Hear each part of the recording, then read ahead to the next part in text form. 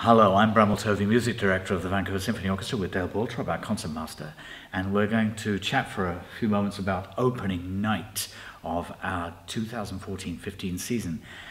We're beginning with a great piece by Kelly Murray Murphy called 1,000 Natural Shocks, which is a quotation from Hamlet, and Kelly Murray wrote this piece for my very first night as music director back in 2015, some 15 seasons ago, and one of the great orchestral violin solos, of course, in Also sprach Zarathustra, not perhaps as naked as Strauss's Heldenleben, but still a huge solo. It's an incredible piece. It's a great joy to play this piece, and of course the violin emerges out of the orchestra in this wonderful, charming Ländler, and then proceeds to kind of work its way around the instrument, and it's a wonderful solo, and almost the most extravagant piece of cafe music ever. Yeah, that's almost, right. Except of course it's not about cafe music at all. It's about life and death. Thus spake Zarathustra.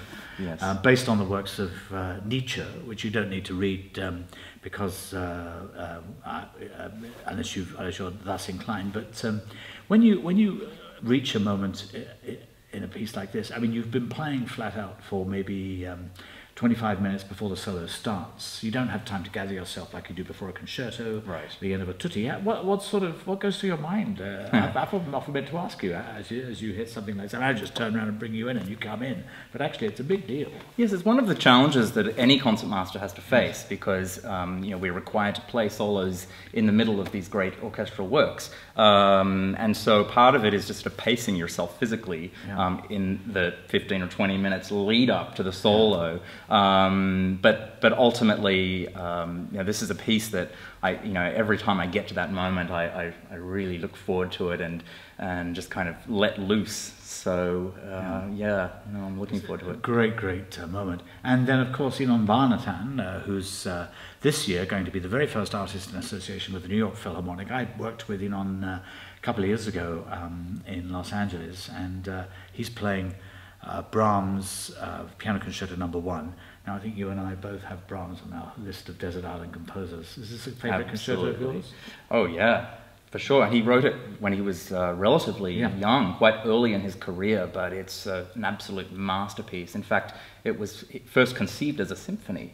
Yes, and then he reworked it as a piano concerto, and it, to this day, remains one of the most challenging of piano concertos. Yeah. And I think even before he thought of it as a symphony, it was going to be a huge work for two pianos, and then it was getting too big, so the net result is this extraordinary... And the great explosion of energy that happens right at the beginning of this concerto is one of the great... It's one of the most original and electrifying... And terrifying openings. Yeah. And such a contrast to the second concerto, which begins so calmly with just the French... Well, not calmly for the French horn player, maybe, but calmly for the rest of us just listening. So a great Canadian piece to begin the program, a great Brahms concerto, a classic... and I guess I have to say, it's a classic Richard Strauss tone poem, but the opening you will recognize, of course, from Stanley Kubrick's 2001. It's almost cliched to say so, but this is if you're not familiar with Also sprach Zarathustra by Richard Strauss, you will sit back as soon as you hear the opening notes on the trumpet playing this wonderful theme of nature, and really a celebration of humanity and the achievement of humanity in the face of adversity and partnership with nature, that sort of duality. But it's a wonderful occasion. Yeah, great. Really looking forward to it. Please join us at the Orpheum this weekend. Please do. Thank you.